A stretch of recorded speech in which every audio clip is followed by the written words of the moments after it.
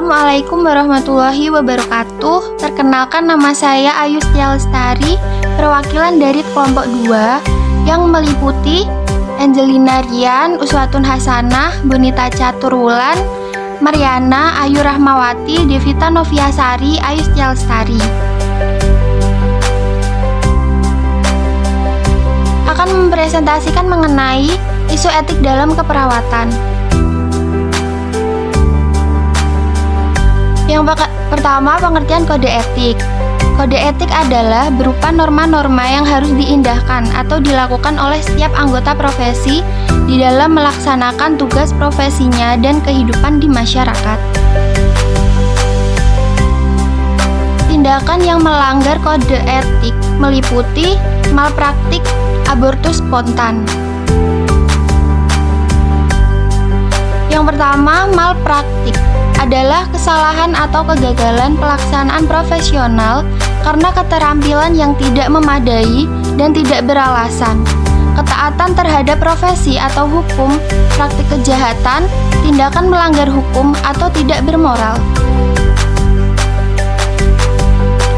Yang kedua, abortus spontan adalah cara menggugurkan kandungan atau dalam dunia kedokteran dikenal dengan istilah abortus, yang berarti mengeluarkan hasil konsepsi atau pertemuan sel telur dan sel sperma sebelum janin dapat hidup di luar kandungan.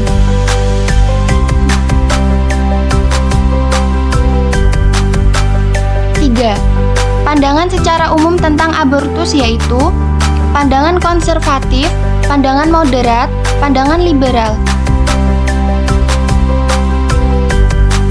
Yang pertama, pandangan konservatif berpendapat bahwa abortus secara moral salah dan dalam situasi apapun tidak boleh dilakukan, termasuk dengan alasan penyelamatan.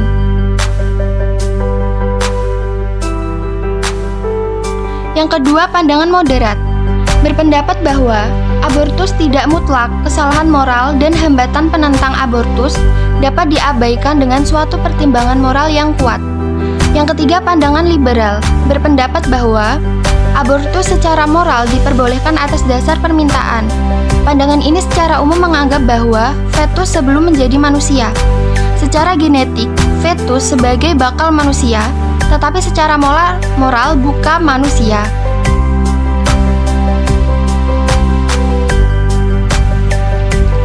Tiga, eutanasia. Secara etimologis, eutanasia dapat diartikan kematian yang baik atau mati dengan baik tanpa penderitaan. Ada pula yang menyebutkan bahwa eutanasia merupakan praktik pencabutan kehidupan manusia atau hewan melalui cara yang dianggap tidak menimbulkan rasa sakit atau menimbulkan rasa sakit yang minimal. Biasanya dilakukan dengan cara memberikan suntikan yang mematikan.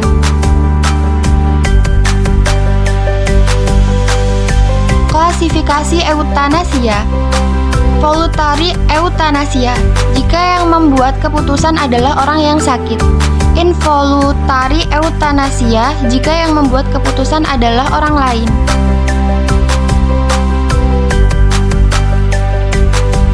Empat, AIDS. Tidak saja menimbulkan dampak pada pentalaksanaan klinis, tetapi juga dampak sosial, kekhawatiran masyarakat, serta masalah hukum dan etika.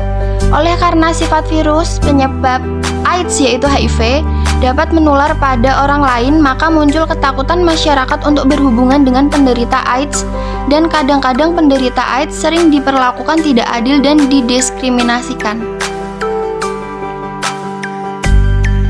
5. Transplantasi organ. Transplantasi adalah pemindahan suatu jaringan atau organ manusia tertentu dari suatu tempat ke tempat lain pada tubuhnya sendiri atau tubuh orang lain dengan persyaratan dan kondisi tertentu.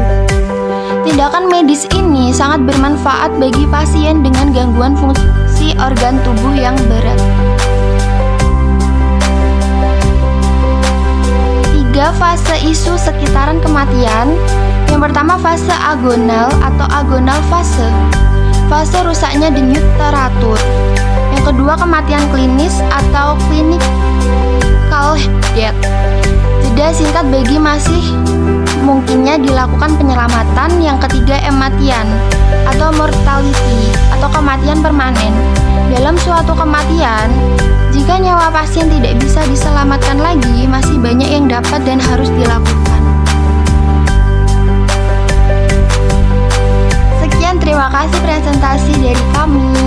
Wassalamualaikum warahmatullahi wabarakatuh.